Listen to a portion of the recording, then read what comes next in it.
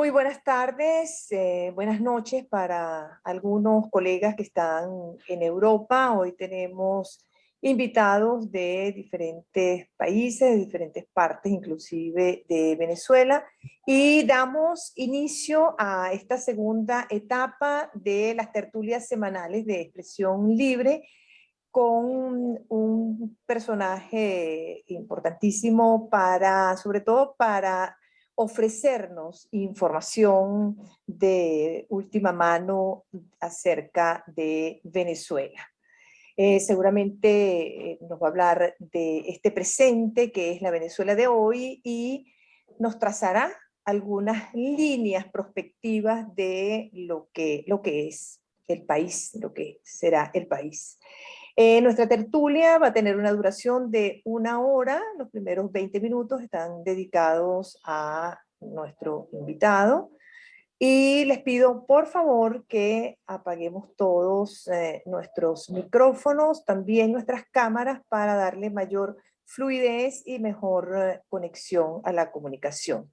Le doy la palabra a nuestro coordinador de Expresión Libre, Gregorio Salazar, quien dará la bienvenida oficial al doctor Moisés Naim y a todos los invitados. Bueno, gracias, Elsie. Buenas tardes, queridos amigos, estimados colegas, bienvenidos todos. Verdaderamente felices y complacidos de tenerlos nuevamente en esta charla invitada, convocada por Expresión Libre, y en esta oportunidad que no podemos calificar sino de privilegiada por contar con la presencia de un venezolano de excepción como es el doctor Moisés Naim. Aquí estamos realmente agradecidos y reconocidos, doctor Naim, por esta deferencia, porque estamos conscientes pues de la vastísima audiencia que tiene usted, no solamente nacional, sino internacionalmente, y bueno, que haya aceptado compartir con este grupo de profesionales de la comunicación, varios de ellos repartidos en 5, 6 o 7 países esta tarde. Bueno, es un gesto que a nosotros nos honra y nos inspira muchísimo. Creo que no sería exagerado decir que esta exposición de doctor Naim, que lleva por título ¿Qué es y qué será Venezuela?, se realiza pues en uno de los momentos, yo creo que de mayor confusión, de mayor incertidumbre para los venezolanos, ¿no? Yo quisiera con un poco de pasmo cómo el régimen, la propia oposición, van a marchas, a contramarchas, van en una situación sobre todo de indefiniciones, y en el caso de la oposición padeciendo de una falta de liderazgo creíble y con un apoyo popular muy menguado. De modo pues que se necesitan mentes muy lúcidas, tan lúcidas como la de nuestro ilustre invitado, para ayudarnos a desentrañar las claves y al menos nos ayuden a vislumbrar una salida de este terrible atolladero, de este terrible laberinto en que estamos atrapados. Ojalá pues que el doctor Naim, digamos que este título ¿Qué es y qué será Venezuela?, puede recoger tanto la esperanza como la desesperanza, pero ojalá que encontremos más de lo primero que de lo segundo. Quiero ser muy breve, pero me voy a permitir un parrafito más para compartir con ustedes yo creo que es la más honda de las angustias que tenemos los venezolanos, sobre todo los que ya pasamos largo del sexenio. No digo cuán largo, pero ya pasamos. Y es ver la forma como se está cercenando el futuro de la juventud venezolana, que es decir, de Venezuela. Es decir, si partimos del hecho real y objetivo de que el sistema educativo venezolano ha sido destruido desde los cimientos, es decir, desde la planta física de los planteles educativos o de nuestras universidades nacionales, pasando por la asfixia económica o esa ventarrón de la diáspora que se lleva tanto a profesores, a docentes como a alumnos, ¿no? Y sabemos que esa es una de las cosas que más costará recuperar, porque la educación es un proceso que se lleva muchísimos años en todo caso. De modo pues que yo quería compartir esta preocupación con ustedes y con nuestro invitado especial, pues creo que será una de las cosas en que habrá que poner muchísimo acento cuando tengamos la posibilidad, la dicha, la fortuna de superar esta etapa tan difícil que vive nuestro país. Bueno, no me queda sino agradecer de nuevo a todos ustedes y por supuesto al doctor Naín, su presencia acá. Agradecer también a los amigos Angélica Esteves, a Robert Santo Domingo y en el Grupo de Presión Libre al profesor Eduardo Orozco, pues, por su contribución a hacer posible esta reunión, que espero sea muy fructífera y de mucha recordación. Muchísimas gracias a todos. Buenas tardes y le devuelvo la palabra a Elsie. Muchas gracias, Gregorio. Y ahora le voy a dar yo la palabra a Roger Santo Domingo, quien nos va a hacer una presentación del doctor Moisés Naín. Adelante, Roger. Gracias, Elsie, y gracias a Expresión Libre por darme esta oportunidad de presentar a Moisés. Moisés Naín, el trabajo más fácil del mundo, pues, para una audiencia de periodistas y venezolanos.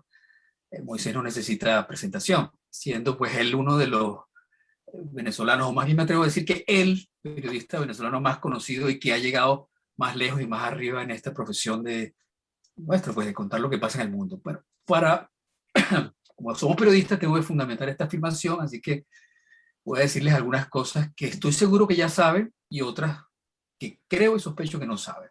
O sea, Moisés, todos saben que es uno de los columnistas más leídos del idioma español, no solo del país de España, ¿no? Donde publica su Observador Global y por el cual ganó un premio Ortega y Gasset.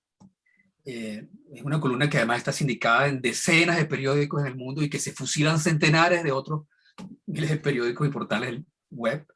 Tiene un doctorado en el MIT, como saben es un académico distinguido del Carnegie Endowment de Paz, para la Paz Internacional. También deben saber que está en la lista de los intelectuales más influyentes del mundo, y no es que lo diga yo, lo dice la revista británica Prospect. Él ha sido reconocido también como un líder de pensamiento global por el Gottlieb Duttweiler o Rottweiler Institute de Suiza. Ha escrito una decena de libros de economía. No puedo decirlos todos ahora porque solo tengo 30 minutos para hablar. No, mentira, me dieron solamente 2 minutos. Bueno, ha sido entre los, voy a nombrar 2, los que probablemente algunos han leído, los que me gustan más a mí, por lo menos uno es Ilícito. Y bueno, seguro que deben haber escuchado esa frase de que hoy el poder es más fácil de conquistar y también más fácil de perder. Bueno, si lo hicieron no tienen que leer El fin del poder. O sea, ya él no necesita venderlo más tampoco, es un super bestseller entre los libros de no ficción, aunque hay personas, ¿no?, quizás más calificadas que yo, como los expresidentes Bill Clinton, Fernando Enrique Cardoso, de Brasil, Mark Zuckerberg de Facebook, que dicen que es un libro esencial que nadie debe dejar de leer porque va a cambiar la manera de ver el mundo. Y bueno, la verdad es que en mi caso yo terminé trabajando para él porque me leí el libro y quise entrevistarlo. Entonces él terminó ofreciendo mi trabajo. Me vine por eso a Washington, D.C. a producir su programa, que es otra cosa que seguramente saben. Se llama Efecto Naín y lo transmite NTN 24 y Telemundo Internacional. Y seguramente coincidirán conmigo que allí es donde se hace una de las cosas más inteligentes de la televisión, y seguramente que en español no van a ver otro programa con la calidad de invitados que pueden verse allí, y el equipo de producción que es muy dedicado a ser muy exquisito en la capacidad de la edición y el contenido del programa en general. Además se ganó un premio Emmy. Seguramente todos saben también que él hizo otras cosas menores, como ser ministro de Industria y Comercio en Venezuela. En los años 90 fue director del Banco Central, director ejecutivo del Banco Mundial. Y quizá porque estaban distraídos con esto del coronavirus, no saben que en abril del año pasado lo incorporaron como miembro honorario de la Academia Venezolana de Ciencias Económicas. Bueno, nos está acabando el tiempo, también déjenme decirle otras 2 cosas que seguramente no saben, ¿no? Él no solamente es un analista de la realidad, es un bestseller de la ficción. Su novela Dos espías en Caracas, que cuando la leí le pregunté, mira Moisés, ¿esto que dices aquí ocurrió en verdad? ¿O el personaje te lo inventaste todo? Porque es que no estaba tan acostumbrado a leerlo diciendo ficción. Pero en efecto, este thriller, que es muy realista, pero es fantástico, está de primer lugar por unas 2 semanas consecutivas en Amazon. O sea, está entre los thrillers políticos de Amazon, es el primero. Moisés, bueno, es uno de los escritores más realistas y más serios que yo conozco, pero tiene un extraordinario sentido del humor y una mente que, bueno, es como una bola de cristal, ¿no?, que le permite predecir el futuro. Y seguramente esto último ya lo sabían porque el nombre de la conferencia es un spoiler, ¿no?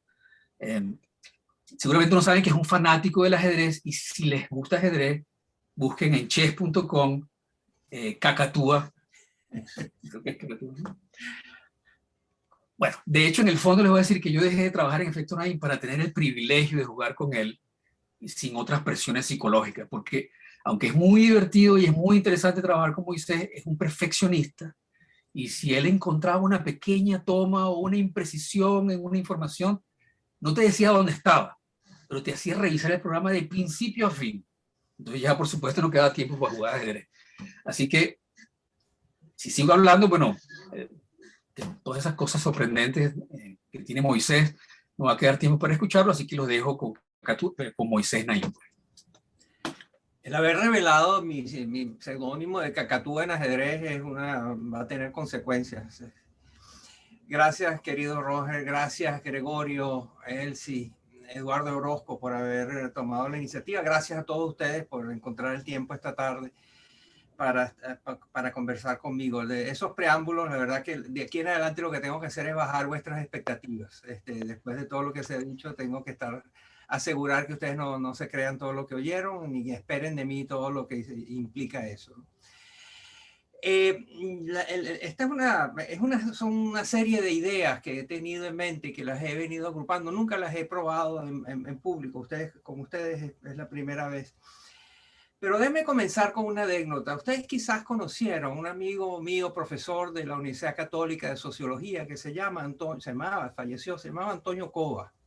Antonio Cova, un profesor de sociología extraordinario, comprendía la naturaleza de Venezuela, de los venezolanos, de nuestras circunstancias, nuestras maravillas y nuestros grises. Era maravilloso. Y él en las clases, en vez de dar clases, él hacía como una especie de presentación muy especial.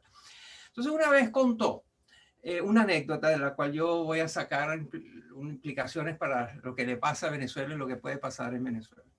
La anécdota es, en la Caracas de los años 50, hay una mujer que ella empieza a tener años y no se casa, y los padres desesperados porque la señora no se casaba en una sociedad donde eso en ese momento era un requisito, ¿no?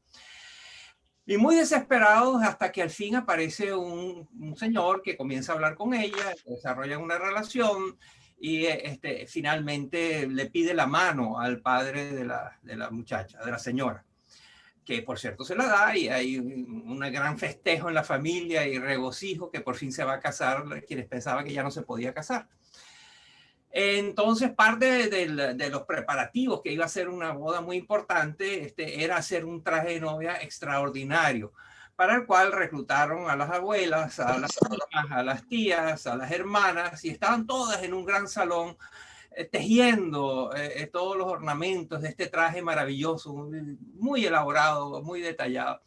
El día antes de la boda, cuando están poniéndole ya los toques finales a esta maravilla de traje, entra el padre de la novia con la cara desencajada, los ojos rojos, y dice: no hay boda. El novio se fue del país y dejó una nota diciendo que no se iba a casar. Las tejedoras se quedaron viendo, el señor se fue, ellas se quedaron viendo por un minuto, según las otras, algunas totalmente perplejas, y no quedó otra, sino que todas comenzaron a tejer otra vez, como si nada hubiera pasado. Entonces Antonio Cova decía que esto es un ejemplo de Venezuela, ¿no? Que cuando pasan cosas, bueno, y de los seres humanos en general, que cuando pasan cosas tan duras es difícil digerirlas. Y entonces que la manera de reaccionar es seguir haciendo lo que estábamos haciendo, porque distraernos de estos cataclismos es muy duro. Y yo creo que eso también pasa en Venezuela. Todo este preámbulo tiene que ver con una perplejidad constante que tengo yo entre las circunstancias que todos conocemos que hay en Venezuela y las iniciativas que se proponen en Venezuela. Hay una desconexión entre lo que se propone y lo que somos, entre lo que se supone que somos en algunas o muchas de las propuestas y lo que realmente somos. Entonces, yo tengo una lista de 6 cosas que es Venezuela, no que son los venezolanos, sino que es la nación de Venezuela, el Estado venezolano, la institucionalidad. Esto no tiene que ver con la genética de los venezolanos, con su carácter, con su forma de ser, con sus... no es genético, no. Esto no tiene que ver con los venezolanos, tiene que ver con la institucionalidad venezolana. Y ahí identifico 6 características que todos ustedes conocen, pero que quizás no las han oído juntas. La primera, muy mencionada, es que Venezuela es un estado fallido. Es decir, un estado que no es capaz de proveer de bienes públicos, de servicios públicos a sus ciudadanos. La educación, la seguridad personal, agua, electricidad, las necesidades básicas, comida. Y entonces ese es un estado fallido, es un estado donde las instituciones simplemente no funcionan. En el caso de Venezuela funciona muy poco y funcionan muy bien las que tienen que ver con represión, las que tienen que ver con política, con seguridad, con ejército, con armas, con inteligencia militar, inteligencia civil, servicios secretos. Eso funciona muy bien. Todo lo demás, como ustedes saben, no funciona tan bien.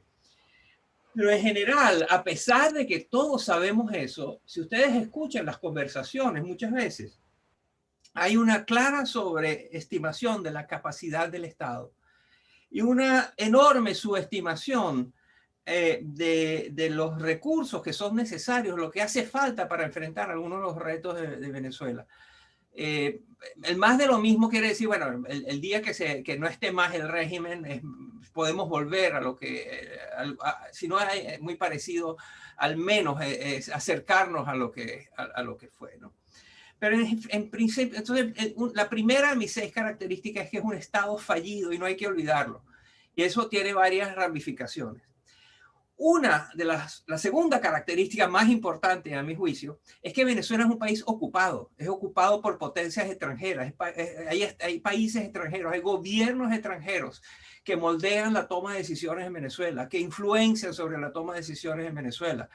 Basta ver en momentos en que el país no tiene gasolina a los barcos cargueros, a los tanqueros que salen de los puertos venezolanos para ir a llevarle combustible a Cuba, que es inaudito. Pero esa es una. Venezuela es un país ocupado y es importantísimo entender eso, que hay extranjeros y gobiernos extranjeros que tienen un rol desproporcionado, importante y permanente en el funcionamiento institucional de Venezuela. Por ser, y bueno, yo estoy hablando, no necesito explicárselo, estoy hablando de Cuba, estoy hablando de la FARC, estoy hablando del ELN, estoy hablando de los rusos, estoy hablando de los iraníes, de los turcos, cada uno con sus especialidades y cada uno con sus especificidades, pero o sea, bueno, y por supuesto los Estados Unidos. Hay un grupo de países importantes que determina lo que está sucediendo en Venezuela, en muchos sentidos. La tercera característica, además de ser un país fallido y un país ocupado, es que es un país saqueado. A Venezuela la están saqueando los cubanos desde hace 20 años o más. Y no solo ellos, basta ver el saqueo que está ocurriendo en el arco minero, el saqueo que está ocurriendo con todo el tema petrolero, en fin. Nuestros recursos están siendo dilapidados, robados y saqueados. Venezuela es un país saqueado, sus instituciones han sido desmanteladas. Las empresas de Guayana son un monumento a eso, ver lo que ha podido ser el complejo industrial de los más grandes de América Latina. El aluminio, Venezuela podía ser una potencia de aluminio porque tiene bauxita, tiene hierro, tiene la hidroelectricidad, los grandes planes, todo eso ha sido saqueado, todo eso ha sido destruido. Entonces, fallido, ocupado, saqueado. Y la cuarta característica que no necesito explicar mucho es que es un país criminalizado. Es un país criminalizado en sus calles y en sus círculos de poder. Es un país donde tanto el Estado como la sociedad la sociedad, por ejemplo, ha sido obligada a vivir muchas veces fuera de la ley. Es imposible sobrevivir, y ustedes son testigos cotidianos de eso. Es muy difícil vivir en la Venezuela de hoy sin estar rozando, enfrentando o siendo víctima de la criminalidad, ¿no? Y eso forma parte de la política de Estado, que sirve para enriquecer en montos inimaginables a la pequeña oligarquía socialista del siglo XXI que ha secuestrado a Venezuela, la tiranía que tiene secuestrada a Venezuela. Ellos se están beneficiando personalmente, ellos, sus amigos, sus familiares, etcétera. Pero también hay todos una cantidad de estamentos de la sociedad que también se están beneficiando de la criminalidad. El cartel de los soles es uno, ya mencioné el arco minero, en fin, ustedes conocen el cuento. Pero Venezuela es un país criminalizado. Al mismo tiempo, y esta es otra característica, es un país fragmentado internamente y aislado internacionalmente. Ustedes saben lo difícil, costoso, peligroso que es ir de Caracas a Maracaibo, de Caracas a Mérida, de Caracas o de Barquisimeto a Barcelona. No es un viaje seguro. Bueno, primero porque no hay combustible, pero segundo ustedes conocen todo lo que pasa en las carreteras de Venezuela. Entonces, eso está haciendo que se concentren las actividades en lugares muy específicos que no tienen mayor interdependencia o relación con el resto de la nación. Venezuela es hoy una colcha de retazos, donde una combinación de gobernadores, de protectores, de políticos, de narcotraficantes, de jefes de carteles, de caudillos de grupos paramilitares controlan la vida de estos segmentos, de estas partes del país. Pero al mismo tiempo que es el movimiento de personas, el movimiento de bienes, de servicios, el país se ha desintegrado. El país está fragmentado en 1000 pedazos, como dije, una colcha de retazos. Pero al mismo tiempo que internamente está fragmentado, también está aislado del resto del mundo. Todo lo que es el tráfico aéreo, marítimo, por tierra, o el radioeléctrico, internet. Justo antes de comenzar esta conversación, ustedes estaban comentando sobre lo difícil que es los viajes por avión hoy en día, lo difícil que es en las conexiones por internet. Aquí tenemos que pedirles a todos que entren, que quiten el video porque no hay suficiente ancho de banda para integrarnos todos sin discontinuidades. En fin, hay un aislamiento financiero, aéreo, marítimo, terrestre, radioeléctrico, comercial, de personas, de turismo, etc. Al mismo tiempo que hay este aislamiento, hay una perfecta integración con el sistema internacional. El petróleo, las drogas y la gente. La inmigración, la tragedia de los emigrantes venezolanos que caminan por todas las Américas buscando dónde dormir, dónde comer, dónde trabajar.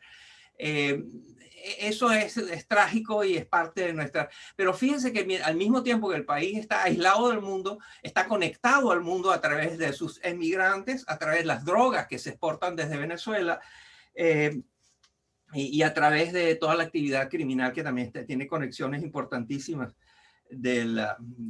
con el gobierno. Finalmente, hay un tema que también fue discutido aquí antes y que lo mencionó Gregorio, que es la educación. Venezuela es hoy en día, una de sus características, es un país mal educado. Y no mal educado en el sentido de Carreño y los hábitos y costumbres recomendados a las personas educadas. No, es un país que no ha tenido educación. Tenemos una generación de jóvenes que no saben hacer nada.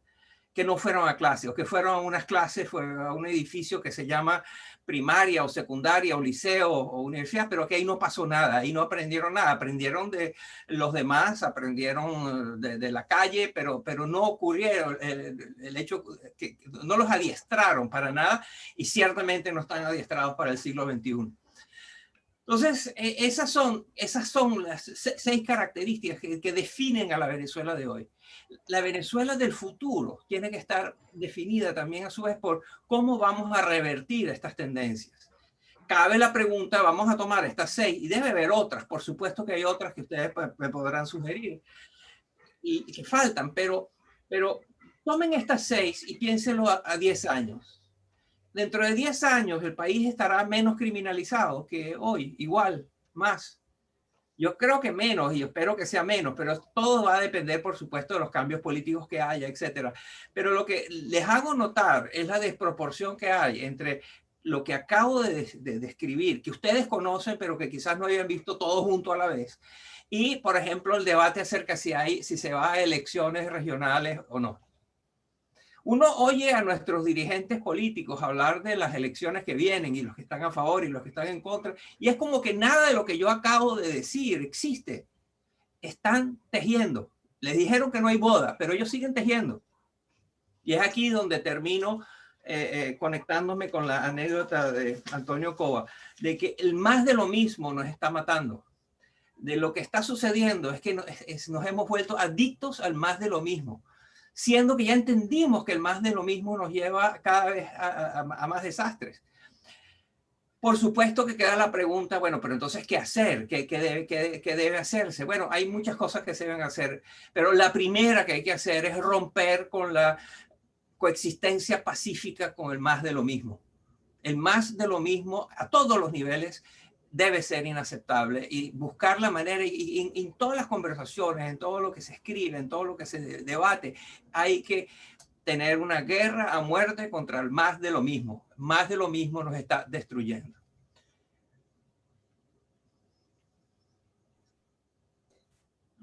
Bueno, muchísimas gracias, doctor Naim. 20 minutos exactos. Vamos a abrir entonces el espacio de preguntas. Creo que usted ha dejado sobre la mesa temas supremamente importantes y que generarán una serie de preguntas y reflexiones. Creo que en aras del tiempo, lo que sugiero es que las preguntas sean de 5 en 5 para que el doctor Naim pueda ir como englobando las preguntas y haya una mayor participación. Entonces, por favor, si se anotan en el chat para dejar en pantalla grande a el doctor Naim, y los veo entonces en el chat. ¿Quién pide la palabra? Eduardo Orozco pide la palabra. Luego estoy viendo a Alexis González. Ok, bueno, muchas gracias de nuevo, doctor Naim, por su tiempo, por su magnífico resumen de parte de la gravísima situación que sufrimos todos, ¿verdad? Una pregunta que tiene más que ver incluso con la conexión que tiene el caso de Venezuela con una tendencia latinoamericana, ¿no?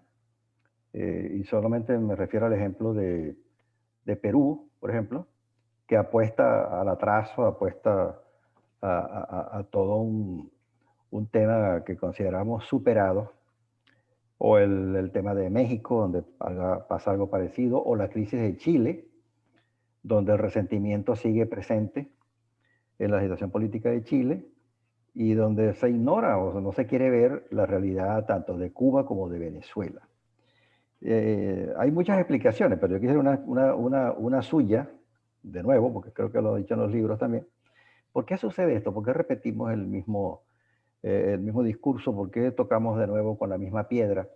¿Por qué es que hay generaciones que quieren vivir su propia desgracia sin importarles la que han vivido los anteriores? ¿Qué sucede en América Latina? Alexis Sí, González. perdón. Perdón. No. Vamos a tomar 5, sí, ¿verdad? Gracias. Alexis, por favor.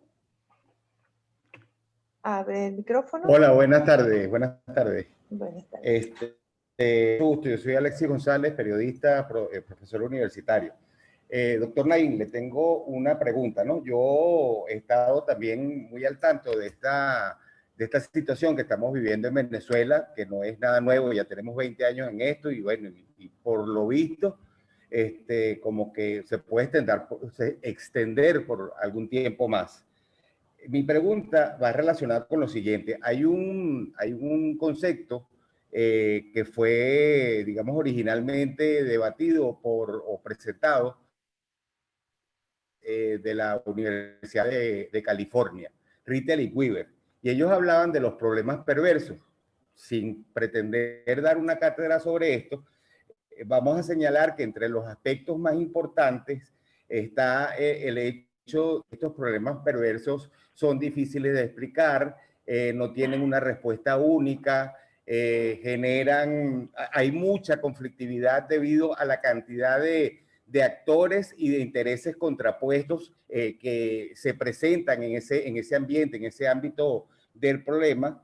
Y mi pregunta va en considerar si nosotros, para poder quizás aproximar alguna solución a todo esto que estamos viviendo, deberíamos considerar que la situación venezolana entra en ese concepto, en esa caracterización de lo que es un problema perverso, que es más o menos alguno de los puntos que usted ha tocado en su presentación.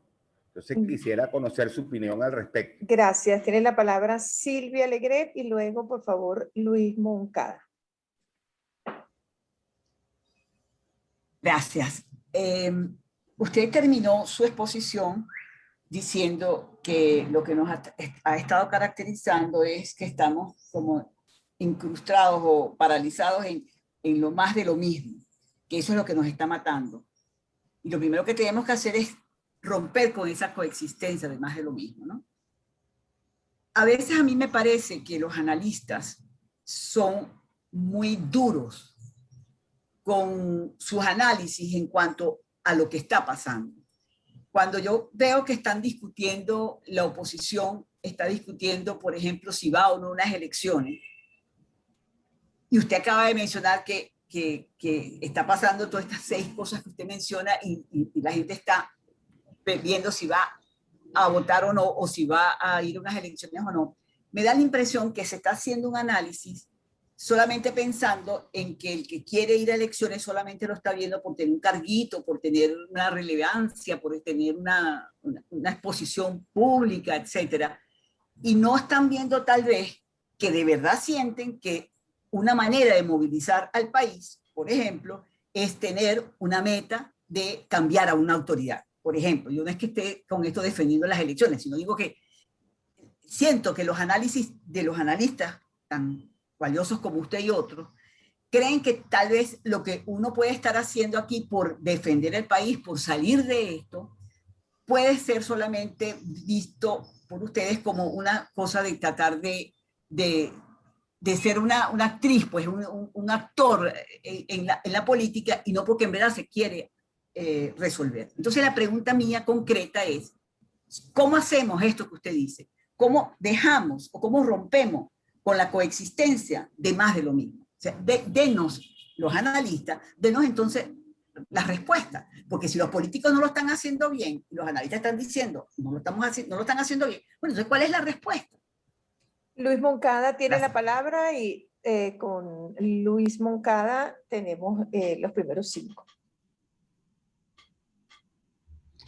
Bueno, muchas gracias. Quiero agradecer esta increíble oportunidad. Yo realmente soy un admirador de Moisés Naim. Tengo 37 años. Cuando el doctor fue ministro, yo tenía 7 años. Y cuando el chavismo comenzó a tratar de anular la historia, yo tuve una intención muy proactiva de tratar de entender procesos de cuando yo era niño o anterior a eso. Y la verdad es que le invertí bastante tiempo a entender el proceso Carlos Andrés II. Y cuando el doctor Naim comenzó a hablar, lo primero que puso y supongo que lo puso por orden de importancia, fue el Estado fallido. Y yo no soy analista, yo no soy político, yo tengo una startup en Mérida. Imagínense la realidad del maestro, que el doctor acaba de describir, y empezar un proyecto tecnológico en Mérida, en una Mérida con apagones y todos estos líos. Cuando el doctor Naim habla de estas cosas, a mí se me ocurre preguntarle lo siguiente: si llegara a tener la oportunidad hagamos un ejercicio, si llegara a tener la oportunidad de volver a tener a un presidente que les diga, yo necesito la fórmula y voy a hacer su muro de contención, doctor Naim, que tenemos un presidente, tenemos el día después de mañana, hay una esperanza, se acabó la oscuridad y vamos a reconstruir el país, una situación súper ideal y súper de laboratorio. Doctor, ¿cuál es la fórmula? Con toda este checklist de cosas por resolver, ¿sería una fórmula de shock como en aquel entonces? ¿Sería una fórmula distinta? ¿Qué es lo que hay que hacer teniendo el capital político y teniendo la voluntad de que los tecnócratas realmente se ocupen de hacer lo que haya que hacer sin clientelismo político? Muchas gracias. Doctor Naim. Sí, gracias. Bueno, fantásticas preguntas, todas muy, muy buenas preguntas, y no tengo respuestas para muchas de las cosas que preguntan. La primera, Eduardo, es como esta propensión que estamos viendo en Perú, en México, en Chile, de volver al pasado, etc. Yo he estado escribiendo ya hace tiempo y tengo varias cosas escritas sobre lo que yo he llamado la necrofilia ideológica.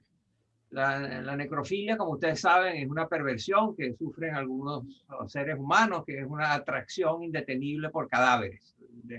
Tienen algo que el cadáver que los atrae mucho. Entonces yo creo que hay una versión política, ideológica de la necrofilia, que es un amor apasionado, una atracción indetenible por ideas muertas.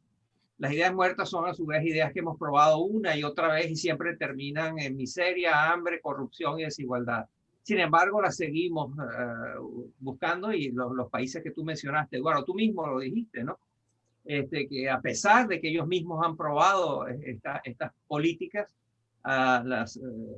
y que han fracasado, ahora las vuelven a traer.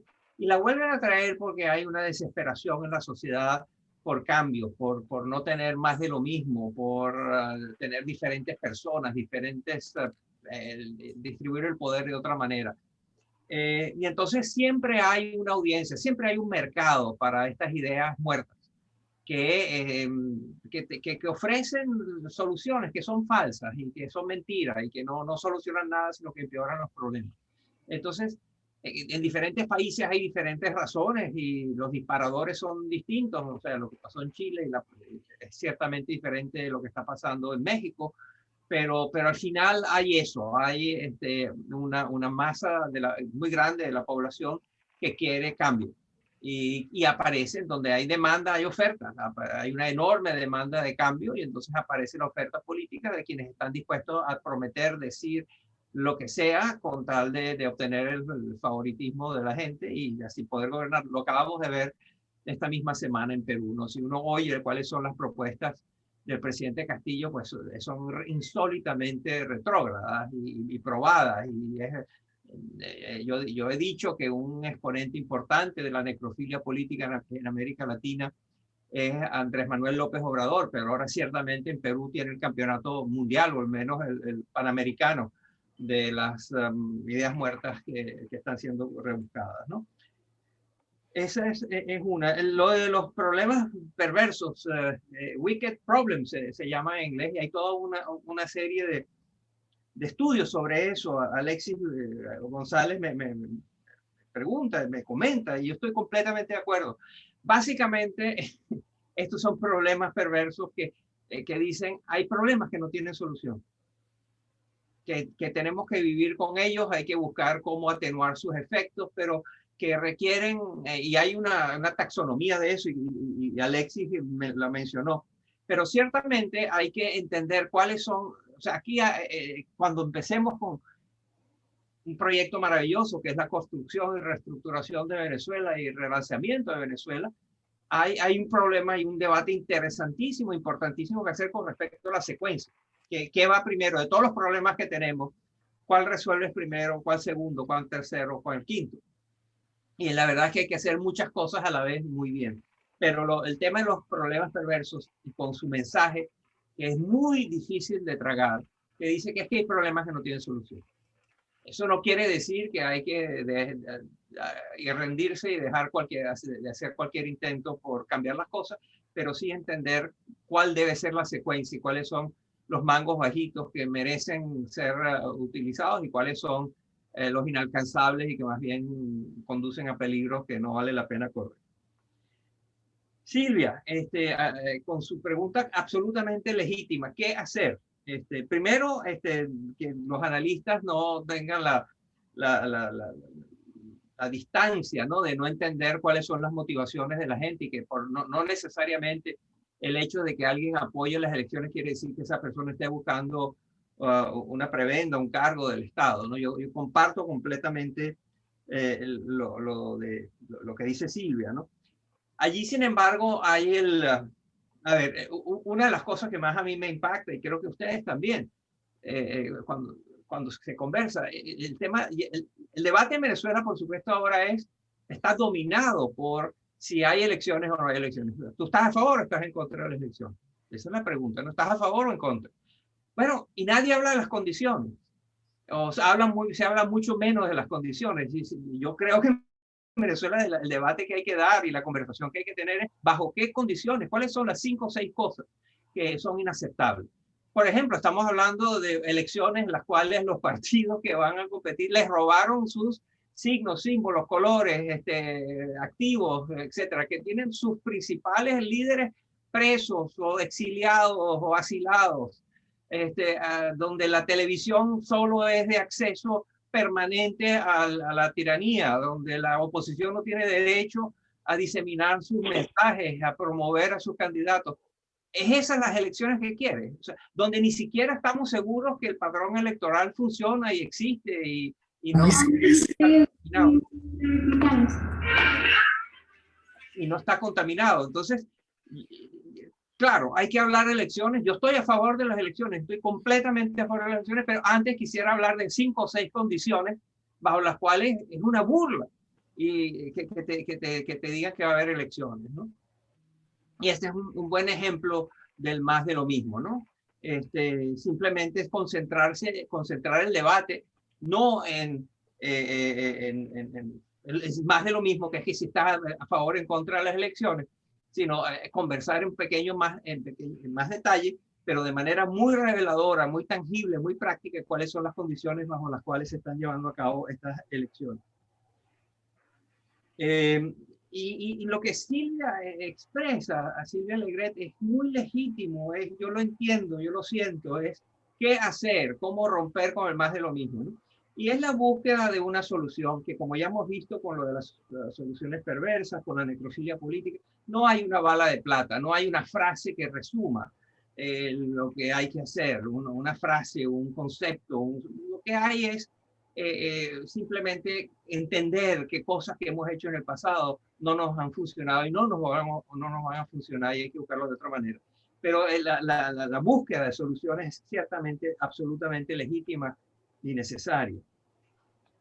Luis Moncada, un startup en Mérida, en medio de estas condiciones, eso es admirable, estos son los milagros de lo que está pasando en la Venezuela de hoy. He hablado muy deliberadamente, escogí 6 temas que son muy duros de tragar, porque creo que alguien los tiene que decir, ¿no? Porque es muy fácil venir a dar una conferencia diciendo las cosas maravillosas que tiene Venezuela y siempre termina con fotos del Salto Ángel y de Morrocoy y las playas y esta renovada relanzamiento del Arpa 4 y Maracas, que por supuesto a todos nos conmueve, etcétera.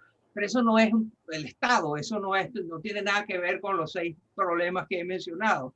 Entonces, lo primero es ser realista. Siempre en Venezuela hay un debate que si uno es optimista o pesimista.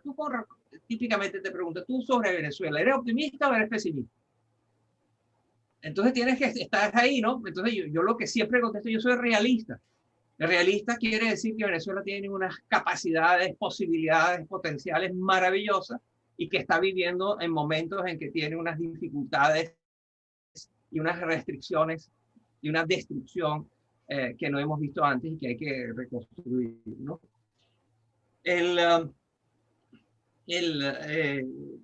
Luis habla de si se llegara a ser presidente, qué hacer, cuál es la fórmula. La fórmula es, primero quiero decir que el día que Venezuela puede ser reconstruida, relanzada, repensada, es el proyecto más interesante que va a tener la humanidad, el planeta Tierra. No hay nada más interesante y potencialmente gigante y positivo y humano y deseable que el relanzamiento de Venezuela.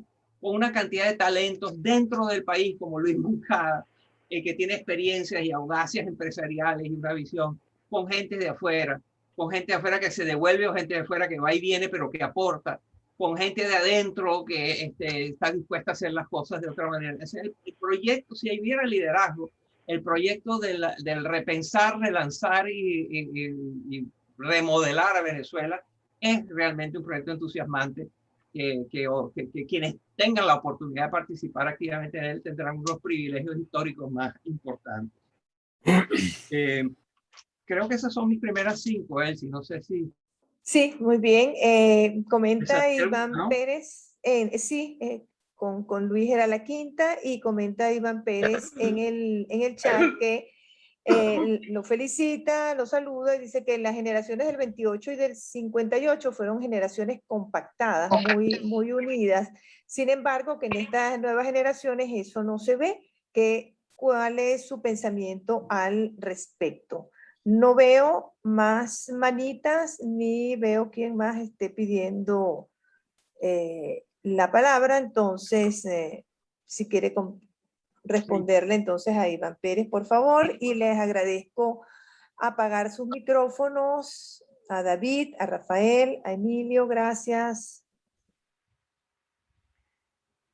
Yo perdí, si quién es la persona que hizo la pregunta, por favor. Iván Pérez. Gracias.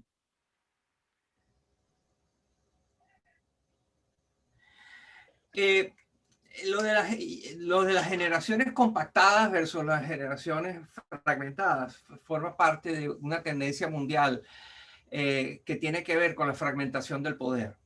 Como dijo Roger Santo Domingo, yo escribí un libro que se llama El fin del poder, que dice que en estos tiempos el poder es más fácil de obtener, más difícil de usar y es más fácil de perder.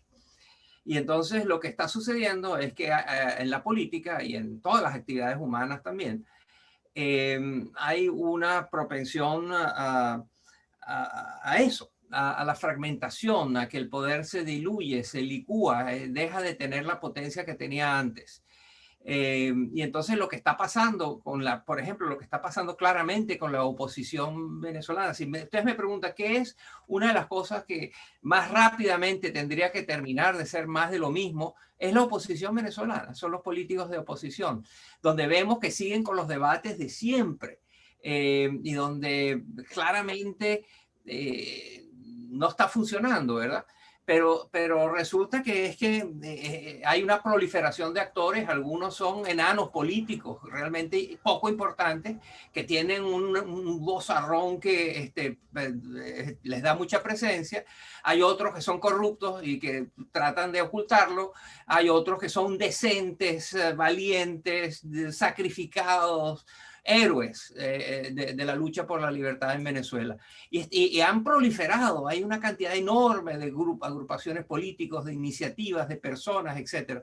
Lo que pasa es que esa cosa, que es muy buena y muy deseable, tiene el problema de que no tiene un líder, no tiene una estructura, no hay en estos momentos una estructura que sea capaz de canalizar toda esta energía política, toda esta energía de la sociedad que está clamando por tener un cambio y que está enfrentada a una tiranía dirigida por los cubanos, que sabe cómo reprimir y torturar y maltratar a cualquiera que se le ocurra decir que piensa distinto, ¿no? Están Marta Rodríguez y Emilio Guerra. Ya casi por terminar. Okay. Hola Moisés y hola a todos los colegas. ¿Me oyen ahí? Sí, perfectamente. Perfecto. ¿Cómo está, Marta? Ok, bien. Fíjate, lo de hoy se llama ¿qué es y qué será Venezuela? Yo me imagino que como mucha gente, como los colegas periodistas, el común denominador del público, pues, se acerca a uno creyendo que uno sabe más de lo que ellos saben. Algunas veces sí, otras veces no sabemos nada. Y nos dicen, ¿qué va a pasar? ¿Qué va a pasar? De verdad, o sea, no sé. Pero aquí, cuando yo que vivo en Venezuela, no quiero decir que ustedes que viven en el exterior no tengan una visión exacta, pero no es lo mismo vivir aquí.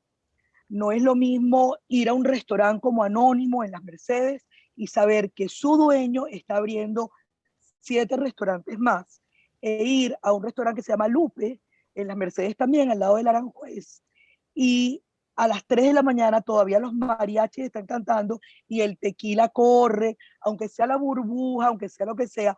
Y a mí, si alguien de mi confianza me pregunta qué va a pasar o qué será Venezuela, como diría lo de hoy, la pregunta de hoy contigo, yo diría, no va a pasar nada. Yo. Pero entonces a mí me dio mucha curiosidad, que te sigo tanto, que te veo además los domingos, creo que es los domingos en NTN, que me digas qué será Venezuela para ti.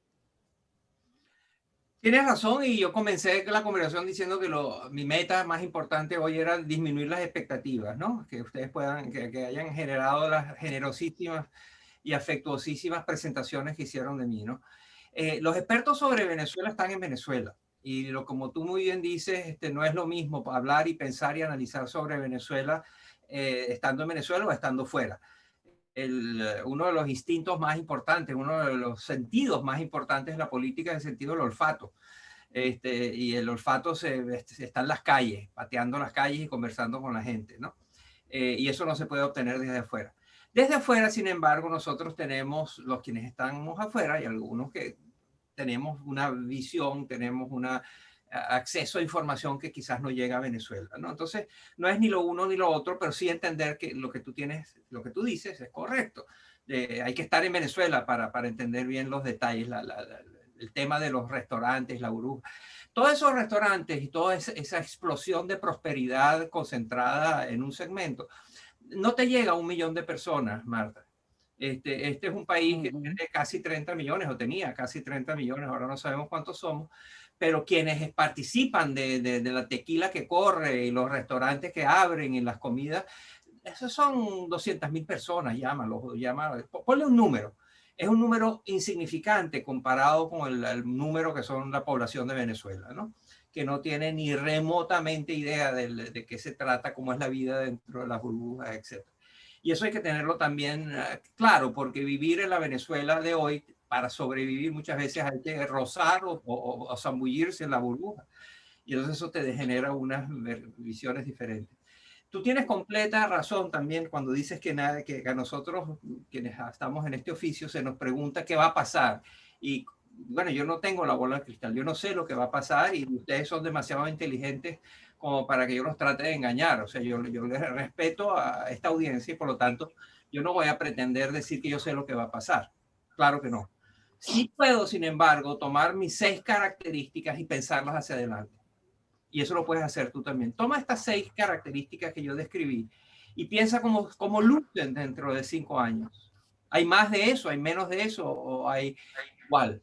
¿Cuáles de estas se pueden solucionar? ¿Cuáles de estas, como decía Alexis González, son problemas perversos que no tienen solución a corto plazo o no tienen solución? Entonces, perdón. En resumen, no, yo no sé lo que va a pasar. Y no pretendo la bola de cristal. Pero ciertamente hay que tener mucho cuidado en pensar en Venezuela y olvidarse de estas 6 características que yo mencioné. Porque como son muy duras, son muy perversas, son muy difíciles, son muy dolorosas, es más fácil seguir tejiendo. Muy bien, gracias. Okay. Tenemos 3 preguntas más. Con estas 3 preguntas vamos a terminar. Y como les decía antes, si hay más tiempo del entrevistado, de nuestro invitado, y quieren preguntar más, pues lo haremos al final. Entonces están Emilio Guerra, está Paul Amundarain y está Juan Ploja. Buenas noches, doctor Naim. Buenas noches a todos. Doctor Naim, quisiera preguntarle cómo se intersecta y que abordara el problema militar con, digamos, toda la argumentación que usted ha comentado. Gracias. Paul, por favor. Sí. Uno de los puntos que esboza el doctor Naim es una oposición, igualmente que el país, fragmentada, sin efectos concretos positivos como para pretender llegar a una solución, ¿no? Y con una fragmentación como esa, y viendo lo que acaba de suceder en Cuba, donde sin ningún liderazgo aparente, apoyado por la diseminación de mensajes a través de las redes, hubo manifestaciones que han tenido repercusiones bastante graves para el pueblo cubano. ¿Sería factible que algo similar pudiera pasar en Venezuela? Juan, y con Juan cerramos.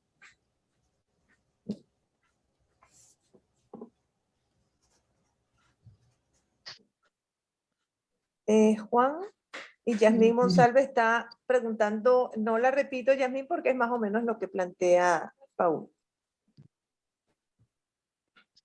Juan, no sé qué pasó. Entonces, si quiere, adelante, doctor Naim. Bueno, la primera pregunta de Emilio Guerra es la pregunta de las 64.000 lochas, si hubiera lochas. Y es el tema militar y qué rol juegan los militares. No hay duda que aquí la variable central es que van a ser los venezolanos armados y en uniforme, si tienen que ir a asesinar y a maltratar a los venezolanos sin uniforme. Las élites militares, como sabemos, es muy difícil sobrevivir como un candidato, como un oficial de alto nivel. Ese segmento de la sociedad venezolana es probablemente el segmento que tiene más conculcadas sus derechos humanos. Los niveles de tortura, de represión, o sea, basta que sean sospechosos de no ser entusiastas, seguidores del régimen, de no ser leales o de que podrían estar pensando en meterse en insurrecciones, etcétera, son inmediatamente destruidos, sus familias también son detenidos, torturados, los familiares también. O sea, es peligrosísimo ser un alto oficial de las Fuerzas Armadas en Venezuela, porque eso requiere estar aplaudiendo al régimen todo el tiempo y no dar ninguna señal de duda con respecto a la legitimidad del régimen, ¿no? Y eso es lo que está pasando en Cuba. Los cubanos tienen 60 y pico de años habiendo entendido que lo más importante para sobrevivir como una tiranía es tener el control de las Fuerzas Armadas y el control de la represión. Y ellos se han vuelto especialistas en eso y los exportan. Nosotros compramos las tecnologías de tortura, de represión a los cubanos, ¿no? Y son todo tipo de tácticas que ellos han probado una y otra vez en su país y en otros países, que son selectivos, son poco visibles, pero que le rompen la espina dorsal a cualquier movimiento de protesta. Hoy en el periódico New York Times hay un artículo muy largo, muy bien documentado, acerca de qué pasó con esa explosión de protestas callejeras. Bueno, ha sido aplastada a sangre y fuego. Los que participaron en ella y tuvieron un mínimo de liderazgo han sido identificados por esas mismas redes sociales que los ayudaron a coordinarse y a movilizarse colectivamente. Y bueno, y han perdido, están en las cárceles, están dando penas de 18 años o más. Han sido despedidos sus familiares de los trabajos, sus hijos de las escuelas. En fin, es peligrosísimo en Cuba participar en estos movimientos porque los cubanos son realmente feroces. La tiranía de los Castro, continuada ahora, es muy feroz y cruel, ¿no? Lo cual me lleva a la segunda parte de la pregunta de Emilio, que también tiene que ver, más bien que es la pregunta de Paula Mundarain, que es las explosiones callejeras, que las hemos visto mundialmente, las hemos visto en España con los indignados, lo hemos visto con, en Francia con, con las protestas allá, en Hong Kong. En fin, es un movimiento mundial que tiene como característica que es espontáneo, no tiene líderes obvios, no es jerárquico, es coordinado a través de redes sociales y pocas veces tiene éxito. Genera mucho ruido, mucha actividad, pero inevitablemente las fuerzas de las tiranías logran sobreponerse, porque no basta con tener teléfonos celulares inteligentes que permitan coordinarse o permitan el mensaje: hoy nos vemos a las 2 de la tarde con unas camisas blancas para protestar contra la tiranía. Bueno, los primeros que ven ese mensaje son los servicios de inteligencia de la tiranía, ¿no? Entonces la internet y las redes sociales, que eran y son todavía instrumentos y tecnologías de liberación, también están sirviendo como tecnologías de la represión.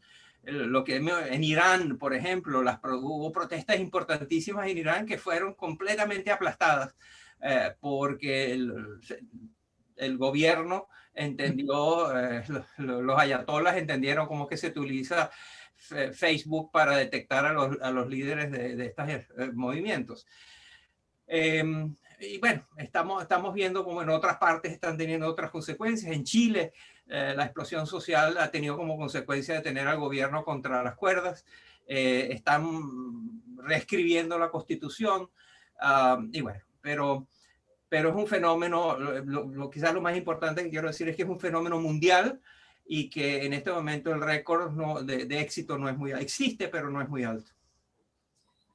Doctor Naim, bueno, muchísimas gracias. Estamos culminando nuestra hora, tal como habíamos dicho. Le voy a dejar la palabra nuevamente a Gregorio Salazar para que haga un cierre de esta brillante exposición.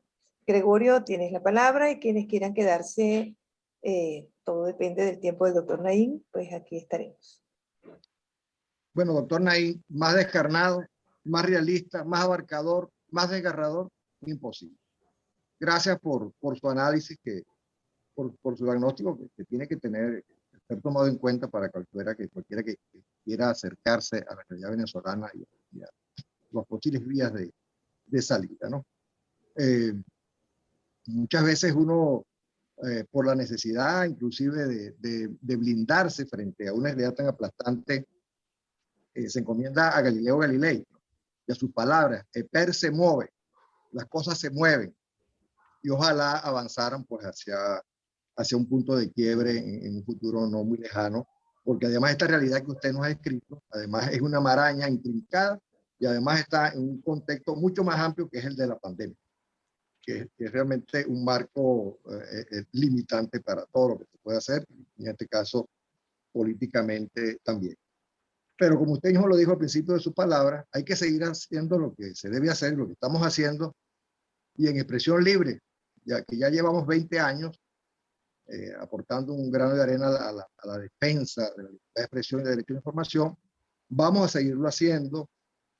Este año hemos tenido, ya con ustedes son más de 12 charlas, dándole espacio a personas muy calificadas en la vida nacional, oírlas, compartir sus análisis, con la esperanza de que otra gente, otras personas, otros colegas puedan empaparse también de esos análisis y de todos esos elementos, todas esas variables que están en juego en esta nuestra Venezuela, pues en una situación verdaderamente caótica. De modo pues que muchísimas gracias a usted, muchísimas gracias a todos los que participaron en esta reunión. Ya estén pendientes de una nueva convocatoria. Y a usted en lo personal, Moisés Naim, el mayor de los éxitos, que ya es como sobreabundar, porque usted mucho lo tiene, y para usted nuestro respeto, nuestra admiración y nuestro agradecimiento. Muchísimas gracias, doctor. Muchas gracias a ustedes por la oportunidad. Ojalá nos podamos volver a ver pronto en condiciones mucho mejores. Buena suerte. Ojalá. Gracias, doctor. Gracias. Gracias. A ver.